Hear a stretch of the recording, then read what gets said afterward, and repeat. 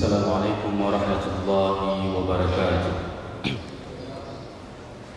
الحمد لله الذي أحيانا بعدما أماتنا وإليه النشور. اللهم بك أصبحنا وبك أمسينا وبك نحيا وبك نموت وإليك المصير. اللهم إني أشهدك ونشهد حملة عرشك وملائكتك وجميع خلقك أنك أنت الله لا إله إلا أنت وحدك لا شريك لك وأن محمدا عبدك ورسولك. اللهم صل وسلم وبارك على حبيبنا وشفيعنا وزهرنا ومولانا محمد وعلى أزواجه وذرياته وأصحابه أجمعين. وقال الله تعالى في القرآن الكريم: أعوذ بالله من الشيطان الرجيم. بسم الله الرحمن الرحيم. الذين توفاهم الملائكة الطيبين يقولون سلام عليكم ادخلوا الجنة بما كنتم تعملون هل ينظرون إلا أن تأتيهم الملائكة أو يأتي أمر ربك كذلك فعل الذين من قبلهم وما ظلمهم الله ولكن كانوا أنفسهم يظلمون. صدق الله العظيم. Hadirin jemaah salat subuh yang dirahmati Allah, ini merupakan pertemuan kajian subuh Senin memasuki subuh yang ke-20. Kita masih membicarakan tema tentang husnul khatimah. Penghormatan saya kepada Tengku Imum, para guru-guru yang berhadir di halaqah yang berbahagia ini, di tempat yang penuh dengan keberkahan ini, jemaah yang insya Allah dirahmati oleh Allah, yang sudah melangkahkan kakinya ke tempat yang penuh dengan keberkahan ini. Ayat yang barusan kita bacakan tadi itu, kalau kita membaca tafsir, ada dua tafsir yang saya buka di dalam smartphone ini. Yang pertama adalah tafsir Tabari dan tafsir Qurtubi. Di dalam tafsir Tabari, di saat Allah mengatakan alladzina tawaffahumul malaikatut thayyibin, di situ dijelaskan bahwasanya orang-orang yang dimeninggalkan, dicabut nyawanya oleh malaikat secara baik-baik. Secara baik-baik di sini dikatakan qala ahya'an wa amwatan qadarallahu dzalika lahum. Ini merupakan sebuah ketetapan dari Allah kepada mereka yang dicabut nyawanya secara baik pada saat keadaan hidup di dunia maupun nanti di saat mereka memasuki langkah ke alam barzakh. Ini merupakan sebuah kondisi di mana seseorang itu dicabut nyawanya oleh malaikat itu secara baik di dunia maupun diperlakukan secara baik juga di akhirat. Wa qawluhu yaqulu salamun alaikum, di sini dikatakan, dan perkataan yaquluna salamun alaikum, dan ini sudah kita ceritakan pada Senin yang lalu. Pada saat malaikat mendatangi kita, di saat kita akan dicabut nyawanya, kalau seandainya kita termasuk orang yang baik, maka malaikat tersebut akan mengucapkan salam kepada kita. Coba bayangkan, fasilitas itu sudah didapati di saat kita mau meninggal. Kebaikan tersebut itu sudah bisa kita rasakan pada saat malaikat itu datang. Pada pertemuan yang lalu kita menceritakan bahwasanya ada dua kelompok malaikat yang diutus oleh Allah, bahwasanya mereka tidak tahu si calon mayit ini masuk ke golongan yang mana, sampai diwahyukan oleh Allah bahwasanya dia berada di posisi hambaku yang baik. Maka pada saat itu, setelah ada keputusan dari Allah di saat akan dicabut nyawa itu, maka diberilah salam oleh malaikat kepada orang yang akan dicabut nyawa. Ya'ni jalla thana'uhu anna al-malaikata taqbiduna arwah haula'il muttaqin wa hiya taqulu lahum salamun alaikum siru ilal jannah. Melangkahlah berjalanlah ke surga.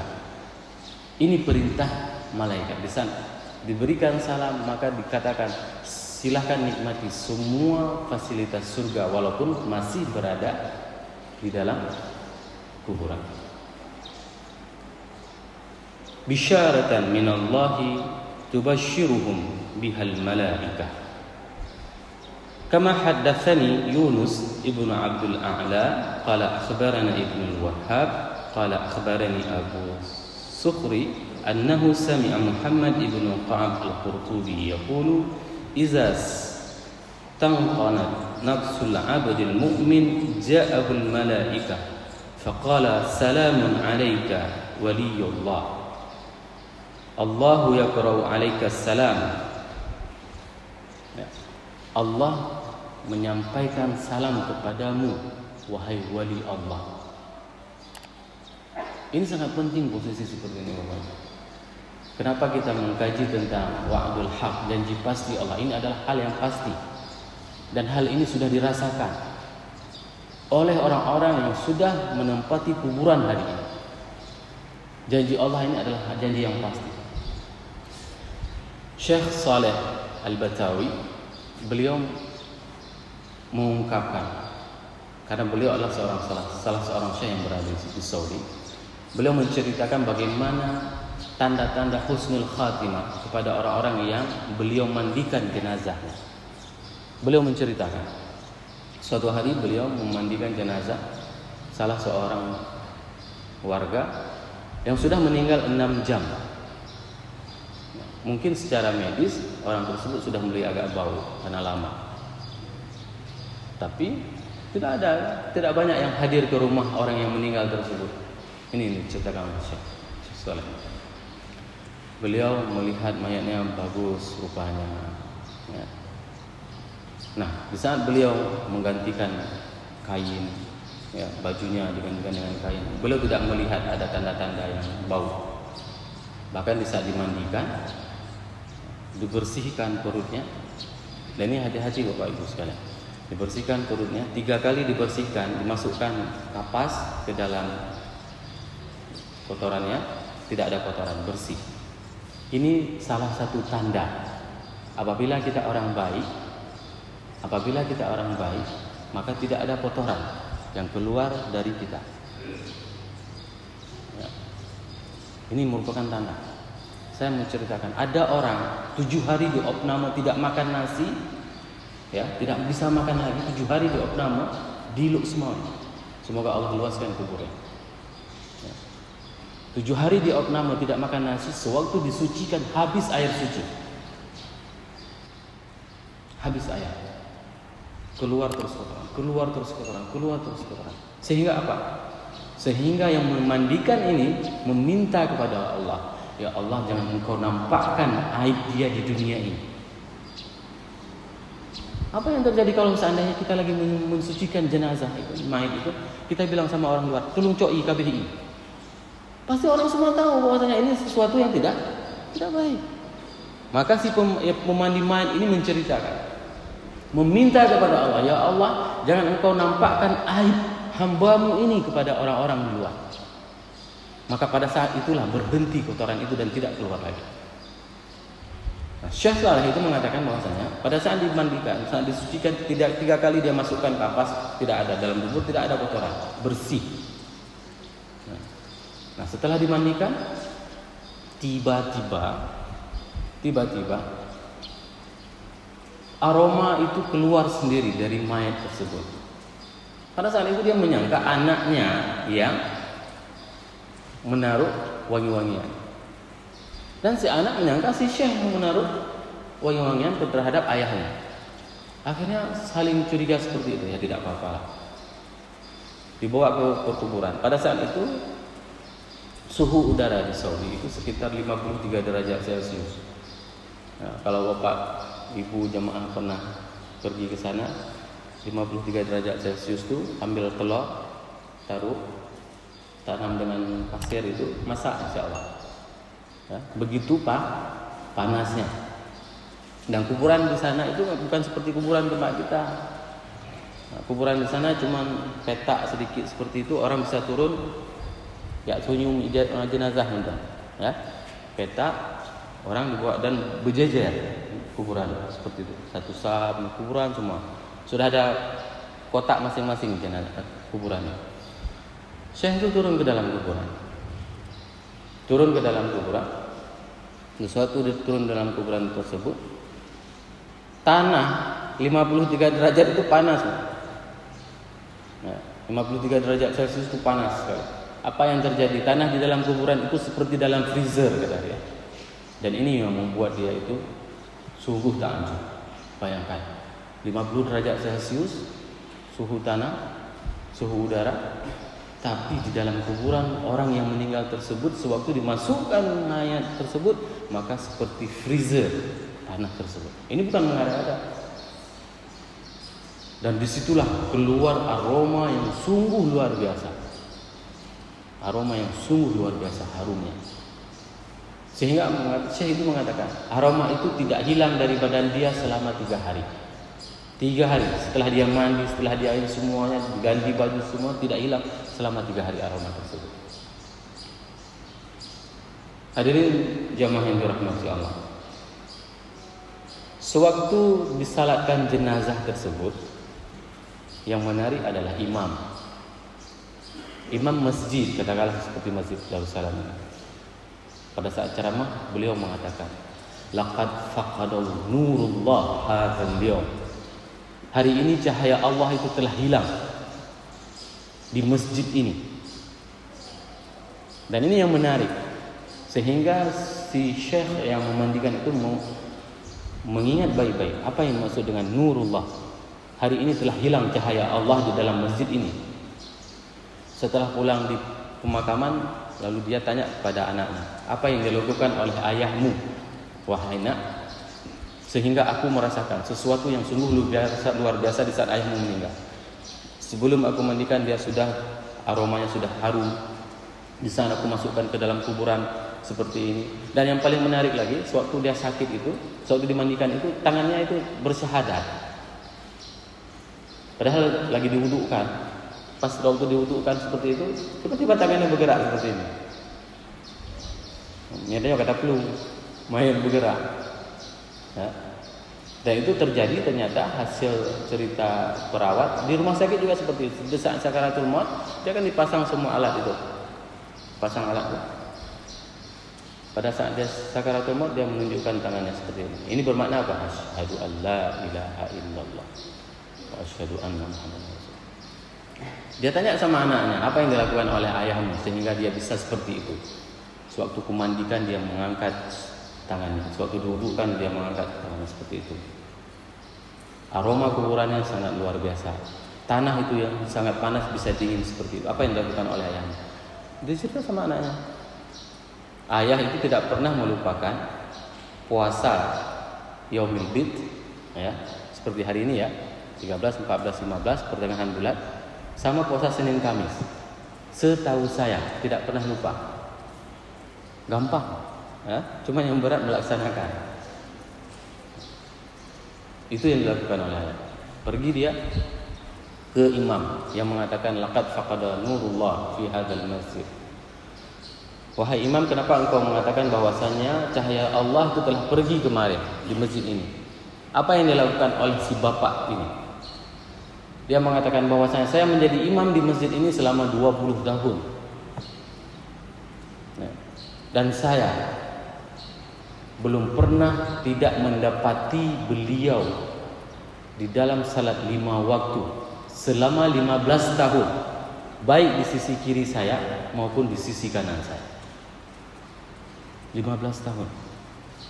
Dan dia orang yang pertama sekali menunggu masjid ini dibuka.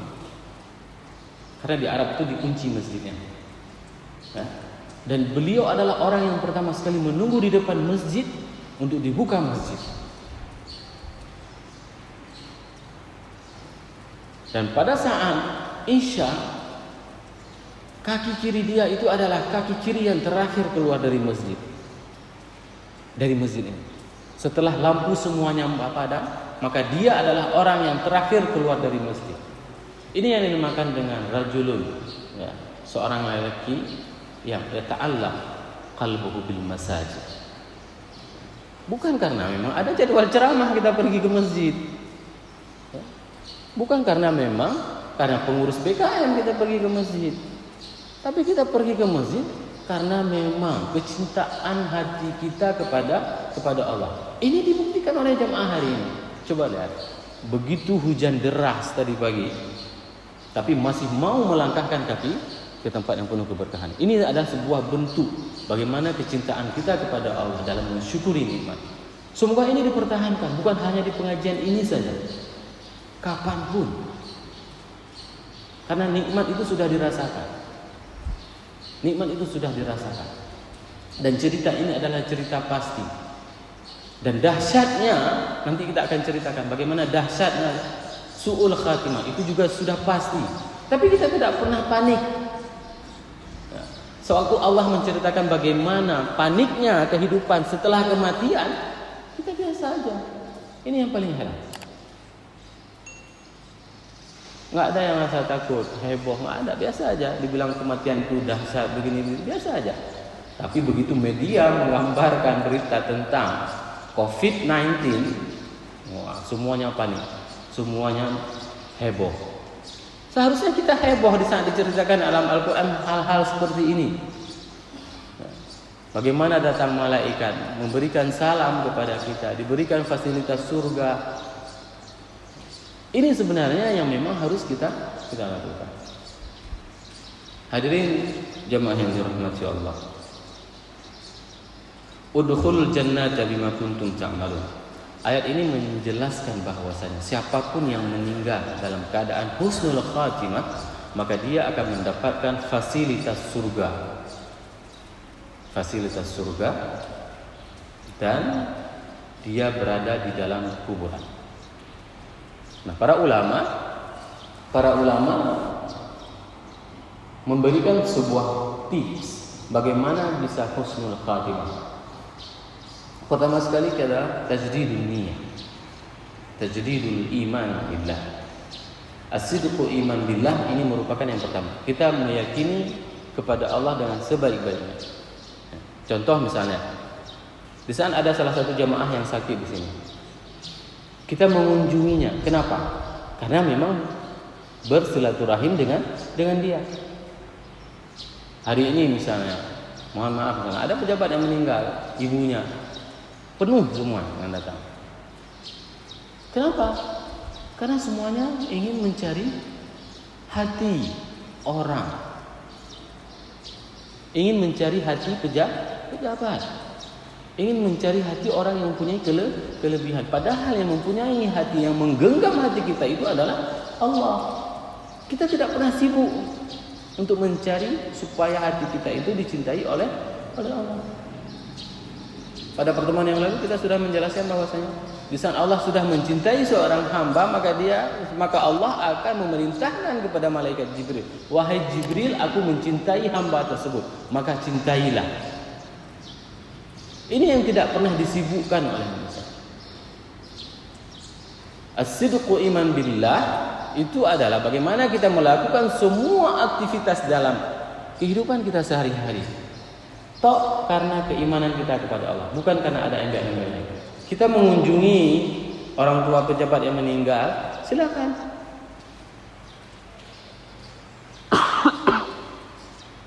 Tapi bukan karena ada sesuatu, tapi karena memang silaturahim, mengunjungi orang meninggal, takziah. Kenapa? Begitu dia tidak ada lagi jabatan, siapapun yang meninggal dari keluarga dia tetap akan kita kunjungi. Ini kuncinya. Kalau tidak lagi dikunjungi, maka itu bukan karena keimanan. Hari ini berapa banyak rumah pejabat di saat lebaran itu penuh, Pak. Ya, ramai sekarang yang datang. Begitu lagi nggak ada pejabatan, kalian tuh tokles sana so pejahuli. Dan ini yang membuat orang-orang yang tidak beriman kepada Allah, yang mempunyai jabatan dulunya, sehingga terjadi post power syndrome. Ya, dulu ramai yang datang, sekarang nggak ada, ramai, stres dia. Tapi kalau misalnya seorang yang betul-betul beriman, di saat ada orang yang datang ke rumahnya dikunjungi lebaran, dia layani dengan menjamu menjamu tamu, maka dia dapat pahala. Tidak ada yang datang, dia tidak layani, tidak dapat pahala. Itu aja. Dia semuanya melapangkan semua keadaan dia. Ini yang pertama. Yang pertama adalah sidqul iman billah. Yang kedua adalah tajdidun niyah kepada Allah. Bagaimana kita mengupdate selalu keimanan kita. Allah sengaja membuat kita untuk selalu bisa mengupdate keimanan kita dengan cara salat 5 waktu. Ini merupakan salah satu cara update keimanan kita kepada Allah. Subuh ini merupakan kita mengevaluasi kehidupan kita dari malam sampai dengan subuh. Berapa banyak orang yang sudah saya zalimi dari tadi malam sampai dengan subuh. Mungkin sebelum tidur ada beberapa orang yang sudah kita upah. Ada beberapa hak orang yang sudah kita ambil dengan kekuasaan yang kita miliki, dengan harta yang kita miliki. Maka ini adalah tempat untuk bertobat dan evaluasi diri. Zuhur juga seperti itu. Dari waktu subuh sampai dengan waktu zuhur, berapa banyak kesalahan yang sudah kita lakukan. Dan ini merupakan tempat untuk mengevaluasi diri. Sehingga jika dalam satu hari 5 kali kita mengevaluasi diri, maka insya Allah diri kita ini akan benar-benar baik. Karena kita selalu dalam muraqabah, dalam selalu pengawasan Allah Subhanahu wa taala. Ini merupakan hal-hal yang memang harus kita lakukan. Sehingga apa? Sehingga kita tidak pernah merasa keberatan. Di saat kita melakukan sesuatu itu karena Allah, itu tidak akan pernah merasa keberatan. Kita akan merasakan bahwasanya inilah kenikmatan. Sehingga kalau misalnya kita melihat hasil-hasil tersebut sudah bisa dirasakan oleh orang-orang terdahulu. Hamzah meninggal sampai dengan banjir besar di Madinah, itu darah beliau itu masih mengalir sama seperti waktu meninggal, padahal itu sudah puluhan tahun.